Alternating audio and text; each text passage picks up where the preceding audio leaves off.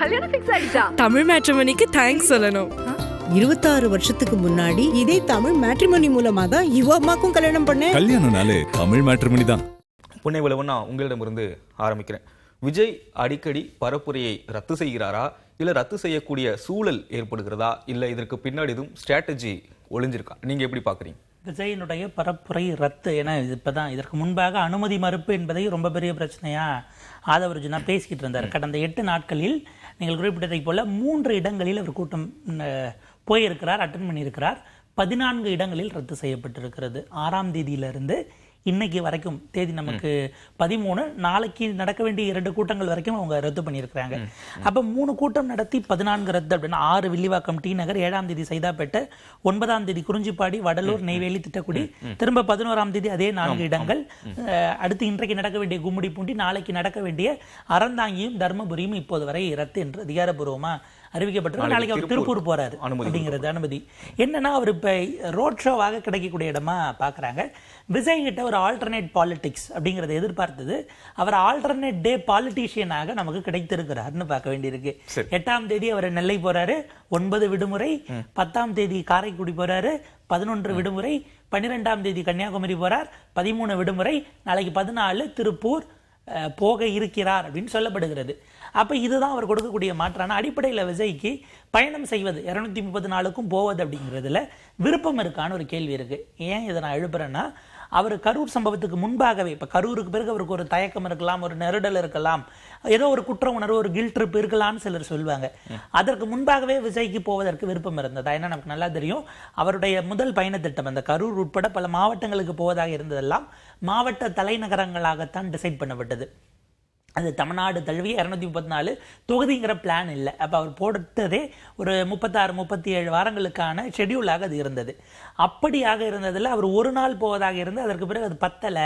அந்த முதல் நாள் போயிட்டு கடைசி 2 கூட்டம் ரத்தான பிறகு இரவு நேரம் ஆயிடுச்சுன்னு அனுமதிக்கலன்னும் போது சனி ஞாயிறுன்னு சேர்த்தெடுக்கிறார்.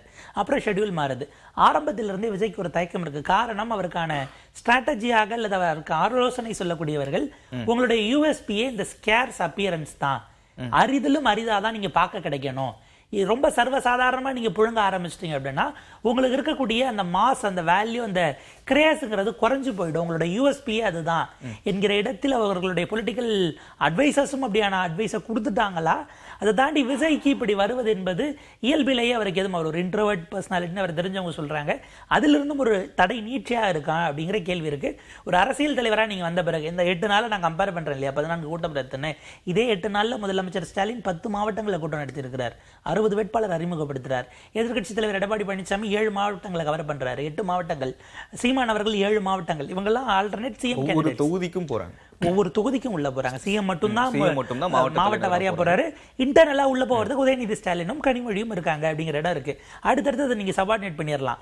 இப்ப எடப்பாடி பழனிசாமி அவர்கள் இல்லைன்னா இப்ப அண்ணாமலை இறங்கி இருக்கிறாரு, கூட்டணிக்காக அவர் போகிறாருன்னு அடுத்தடுத்து கூட்டணி கட்சிகளா சால்றாங்க. இங்க விஜயை தவிர இப்ப 40 பேர் அங்கீகரிக்கப்பட்ட கட்சிகள் பேச்சாளர்களா அனுப்புறாங்க. விஜய் கட்சியில் விஜயை தவிர வேற யாராச்சும் போனா கூட்டம் அங்க நடக்குமா? இந்த மாதிரி கவரேஜ் கிடைக்குங்கிறத தாண்டி கூட்டம் வருமாங்கிற கேள்வி இருக்கு. அப்ப விஜய் மட்டும்தான் கட்சி அப்படிங்கிற இடத்துக்கு அந்த ஒரு கல்ட்டை கொண்டு போறது தான் அவருக்கான, அவருடைய யூஎஸ்பியும் அதுதான், அவருக்கான நெருக்கடியும் அதுதாங்கிற இடம் தான் நம்ம கவனிக்கணும். பேசுவோம். திரு சுவாமிநாதன், ஆல்டர்னேட் பாலிடிக்ஸ் கொடுக்க வந்தோம், ஆனா இப்போ ஆல்டர்னேட் டே பொலிட்டீஷியனா விஜய் இருக்கிறாரு, ஒரு நாள் விட்டு ஒரு நாள் தான் பரப்புரைக்கே வராரு அப்படின்னு சொல்றாரு. பின்னாடி எதுவும் ஸ்ட்ராட்டஜி வகுத்திருக்காங்களா தாவேக தரப்புல இருந்து?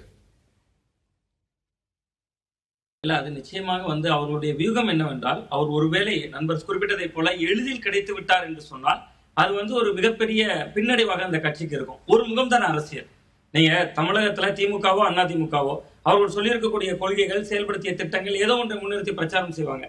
விஜயை பொறுத்தவரை விஜய் என்கிற ஒரு முகத்துக்கு தான் வாக்கு அங்க இருக்கு. அவர் தான் அதான விரும்புகிறார், விஜயமே அதான விரும்புகிறார். 234 தொகுதிகளையும், மன்னிக்கணும் 233 தொகுதிகளையும் உங்கள் விஜய் தான் வேட்பாளர் தானே சொல்றாரு அவரே. அப்ப அந்த விஜய் என்கிற ஒரு மெட்டீரியல் தான் உங்ககிட்ட இருக்கு. ஆமா ஆமா, கிட்டத்தட்ட அந்த விஷயங்கள் இருக்கு. அப்படிங்கும் போது அவருக்கு அங்க ஒரு மிக முக்கியமாக தன்னை முன்னிலைப்படுத்தி தான் அவர் தேர்தலை சந்திக்கிறார். அப்ப தன்னை முன்னிலைப்படுத்தி அவர் சந்திக்கிற பொழுது அதுல களத்துல என்னன்னா, தான் எளிதில் கிடைத்து விடக் கூடாது என்கிற ஒரு பிம்பமும் அவர்களுக்குள்ளாக இருக்கு. அவருக்கு மேலான ஏக்கம் அப்பதானே இருக்கும். நீங்க ஒரு கூட்டம் ரத்து, விஜய் படத்தை டிக்கெட் கிடைக்கலன்னா தானே மாசு, டிக்கெட் கிடைச்சிச்சுன்னா அது என்ன மாசு? பஸ் ஷோ காட்சி பார்க்க போறோம், எடுத்த உடனே ஒரு படத்துக்கு டிக்கெட் கிடைச்சிருதுன்னா அவர் எப்படி ஸ்டார் நாயகர் ஆவார்? அப்போ ஒரு 4 நாட்கள் அலைபோயணும், அந்த நடிகருக்கு டிக்கெட் முதல் நாள் முதல் காட்சி பலருக்கு கிடைக்கக்கூடாது, அது பெரிய பேசு பொருளாகணும். அதற்கு பின்பு ஒரு 3 நாள் கழித்து திடீர்னு அந்த படத்துக்கு ஒரு டிக்கெட் கிடைக்கணும். நான் நேற்று கூட கன்னியாகுமரி கூட்டத்துக்கு போயிருந்தேன். உள்ளபடியே பெரிய அதிர்ச்சியும் ஆச்சரியமும் இருந்தது. பொதுவாக இஸ்லாமிய பெண்களே நம்ம வந்து அரசியல் கட்சி கூட்டங்கள்ல பாக்குறதே அரிது. நேற்று கை குழந்தையோட கூட இஸ்லாமிய பெண்களும் அதிகமான பேருக்கு வந்திருந்தாங்க. அது மட்டும் இல்லாம பல்வேறு மீனவர்கள், கத்தோலிக்க, கிறிஸ்தவர்கள் பலதரப்பட்டவர்களும் வந்திருந்தாங்க. கை குழந்தைகளோட வர்றாங்க, பெண்கள் வர்றாங்க, குடும்பமும் வர்றாங்க.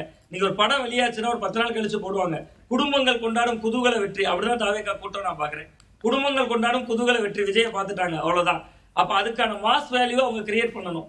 அதுக்கு என்னன்னா நீங்க வரேன்னு சொல்லிட்டு அன்னைக்கே வந்தா அந்த ஊர்களில் இருக்கிறவங்களுக்கு விஜய் காண கிடைத்து விடுவார். ஸோ அப்போ அதுக்கான ஒரு மாஸ் வேல்யூ கூட்டுறது. நீங்க முதல்ல ஆரம்ப காலகட்டத்தில் தேர்தல் ஆணையம் வந்து நிறைய கிடுக்குப்பிடி போட்டாங்கன்னு சொன்ன இவர்களே இப்பொழுது அவர்கள் அனுமதி கொடுத்த பின்பு மறுக்கிறாங்க. அதாவது அவர்களே பரப்புரையை ரத்து செய்யறாங்க. இது ஒரு வகையான வியூகம் தான். அந்த வியூகம் சரின்னு தான் நான் பாக்குறேன். நம்ம வந்து விமர்சனம் செய்யலாத ஒரு அரசியல் பார்வையாளராக, அரசியல்ல ஆழ்ந்து பார்ப்பவராக, ஒரு பத்திரிகையாளராக நம்ம விமர்சிக்கலாம். அந்த கட்சியினுடைய நலனுக்கு அது நல்லதானா? நல்லதுதாங்கிறேன் நான். ஏன்னா நீங்க வந்து அவர் மீதான ஒரு எதிர்பார்ப்பை ஏற்றணும்ல. அந்த எதிர்பார்ப்பை ஏற்றுவதற்கு அது பெரிய அளவில் கை கொடுக்குது. அது ஓட்டு அரசியல்லையும் எடுபடும். ஐயோ விஜய பார்க்க முடியல, நம்ம இப்ப மக்கள் வந்து உள்ளபடியே சொல்றாங்க. கன்னியாகுமரியில இருந்து சொல்றாரு வணக்கம் காரைக்குடினாரு நேற்று. நான் கூட காரைக்குடி என்னவோ கன்னியாகுமரியில இருந்து 4 கிலோமீட்டர் 5 கிலோமீட்டர் நகர்த்தி கொண்டு வந்துட்டாருன்னு பயந்துட்டோம். ஏன்னா காரைக்குடிக்கு எங்களுக்குமே 200 கிலோமீட்டர் 250 கிலோமீட்டர் இருக்கு. அவர் கன்னியாகுமரியில இருந்துட்டே வணக்கம் காரைக்குடி, அங்க பேச முடியல, அதை மிஸ் பண்ணிட்டோங்கிறத சொல்றாரு.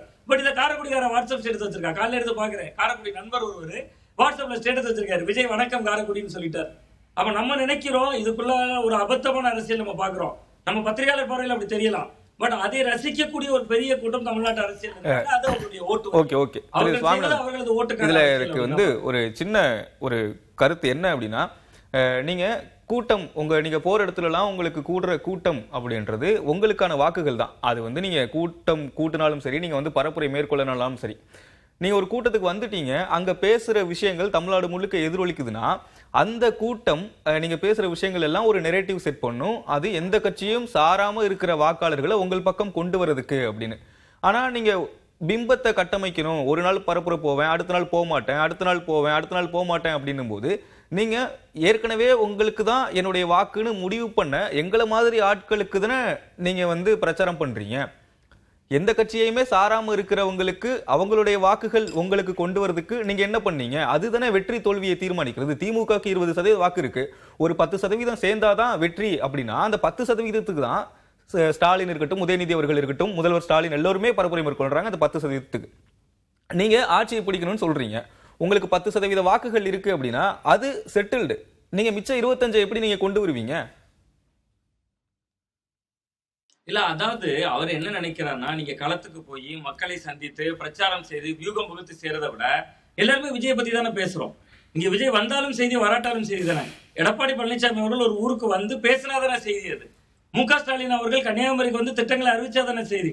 கன்னியாகுமரி ரத்தாகி விட்டது மு.க. ஸ்டாலின். இன்னைக்கு ஒரு உதாரணத்துக்கு சொல்றேன், எடப்பாடி பழனிசாமி அவருடைய இன்றைய பயணம் திருநெல்வேலியில ரத்து. ஊடகங்கள் அதை பெரிதாக நம்ம விவாதிக்க வேண்டியதே இல்லையே, நம்ம கடந்து தானே போயிடுறோம். பட் விஜய்க்கு அதுதான் மாஸ் வேல்யூன்னு அவர் பாக்குறார். ஒன்று. இன்னொன்று, நீங்க கேட்டதை போல பொதுமக்களுடைய வாக்குகளை ஈர்க்கிறதுக்கு அந்த ஊர்ல தான் வந்து அவர் பேசணும்னு என்ன இருக்கு? அவர் நேற்று கன்னியாகுமரியில பேசுறதோ தமிழ்நாட்டு அரசியல் தான் பேசுகிறார், தமிழ்நாட்டிற்கான திட்டங்களை தான் சொல்றாரு, மீனவர்களுக்கு ஒட்டுமொத்தமா என்ன செய்யப்படுறதுன்னு சொல்றாரு. குமரி அரசியலே பேசலையே நேற்று.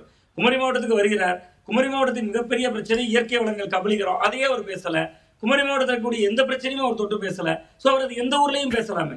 அதனால வந்து அவர் அந்த உள்ளூர் அரசியலை பேசினாதான் ஓட்டு வங்கிங்கிறது சீமானுக்கு பொருந்தும். அவர் பேசுகிறார், உள்ளூர்ல வர்றப்ப அந்த உள்ளூர் மக்களுக்கு என்ன தேவையோ அதை சீமான் அவர்கள் பேசுகிறார். அதே போன்றுதான் மு.க. ஸ்டாலின் அவர்கள் உங்களுக்கு இதை செஞ்சிருக்கோம், இதை செய்வோங்கிறார். எடப்பாடிக்கு இதை பொருந்தும், நாங்க இதை செஞ்சிருக்கோம், இதை உங்க மாவட்டங்களுக்கு செய்வோங்கிறார். இவர் எதுவும் செய்தது இல்லையா அந்த மாவட்டங்களுக்கு முன்புமே. சோ அவர் அங்க வந்து சொல்லுகிற பொழுது அவருடைய கதைகளே இருக்காது. ஒரு மாவட்டங்கள்ல ஒரு பிராந்தியங்கள்ல போறப்ப அவர் எப்பொழுதுமே திமுக அரசை குறை சொல்றது மட்டும்தான் சொல்கிறார். அதை கன்னியாகுமரியில சொன்னா என்ன, கடலூர்ல சொன்னா என்ன, அந்த அரசியல் தான் விஜய் செய்கிறார். அவரை பொறுத்த வரைக்கும் ஒரு எதிர்பார்ப்பு அரசியல், தன் மீதான ஒரு பிம்ப மோக அரசியல், அதை தக்க வைக்கிறார். அது ஸ்ட்ராட்டஜியா அவங்க கட்சி வளர்ச்சிக்கு அது நல்லதுதான். தமிழ் மேட்ரிமோனிக்கு தேங்க்ஸ் சொல்லணும்.